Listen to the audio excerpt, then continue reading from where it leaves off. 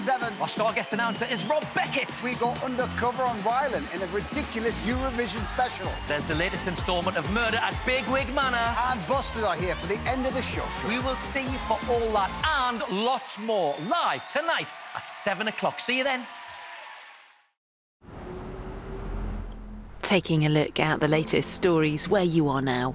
It's the ITV News.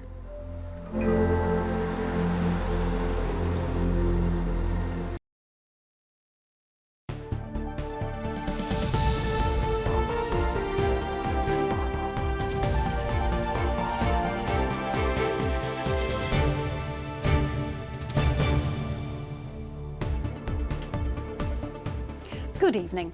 You're watching ITV News Central. The sister of Ricky Neve, who was killed when he was 6 years old, says it's really hard to accept that the man found guilty of his murder has launched an appeal against his conviction. James Watson was 13 when the body of schoolboy Ricky Neve was found naked in woodlands near his home in Peterborough in 1994. In May last year, he was jailed, found guilty of murder following a 4-month trial and 2 weeks of deliberations by a jury. Now, Watson's lawyers are arguing that the case was circumstantial. Disappointing and hard to deal with because it brings up a lot of emotions and lots of memories and trauma. You know, it's okay for these people to serve these sentences and come out and start again, but we can't start again. Our lives have changed forever, and I feel like their life should be changed forever. A Lincolnshire council has started legal proceedings against the Home Office after it announced plans to house asylum seekers at an RAF base.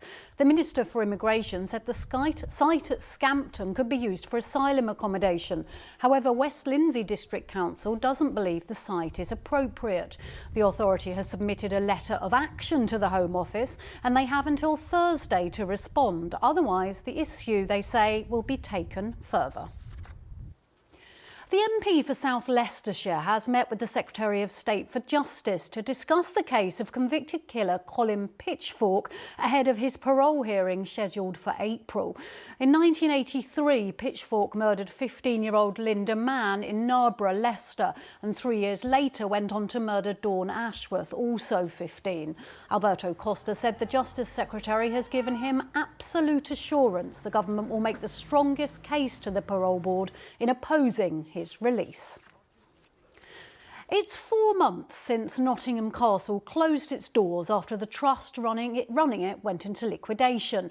But after a review by the City Council, the site is set to reopen in June. In preparation, the authority is now recruiting for more than 40 new jobs. There are also several preview events planned, including a weekend to mark the King's coronation, as Phil Brewster reports.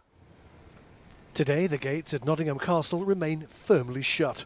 For Nottingham! After a 3-year revamp costing £33 million, the site opened to great fanfare in June 2021. But just over a year later, it closed after the trust running it went bust. Among the reasons given, disappointing visitor numbers and complaints about ticket prices. We did go last summer and I wouldn't say we were disappointed, but it was very modern, so I think it would be lovely if they bring it back and use it basically. It was recently revealed it's cost Nottingham City Council almost £600,000 in terms of lost income and bills to keep this building going. But despite that, they've decided to reopen the whole site. As they say, it's a vital part of the city's galleries and museums experience. In anticipation, the City Council are now advertising more than 40 jobs for people to work at the castle. Among local residents, there's relief it's being put to use again. What a lovely place to come in the summer. Come with your family, come with people who are old or young, people without children, people with children, older people. There's plenty of benches to sit on and just kind of enjoy Nottingham. Ahead of the reopening in June, several preview events are being held, including a weekend of screenings, picnics and concerts to mark the King's coronation in May. The hope is it'll be the start of putting this historic landmark back on a financially sound footing. Phil Brewster, ITV News, Nottingham. The riverboat returns to Derby today. The service was closed in October to avoid high water levels. It allowed for essential repairs during the winter, including installing a permanent pontoon for disabled access. Well, time now to look at the weather with James Wright. ITV Central Weather is sponsored by Octopus Electric Vehicles. Car, charger and energy. Hello there, good evening. Normally you'd have to be a bit of a fool to try and predict the weather too far in advance, but the next few days actually settling down into a bit of a pattern. High pressure building, it will eventually plonk itself over the North Sea, and it sort of creates a bit of a force field, and it means that these systems don't really push in to the UK. I don't think we'll see any rain really properly until Thursday. Now, as far as the here and now goes, we've got what's left of the rain from the last couple of days. This is just the tail end of it, 1 or 2 drizzly outbreaks.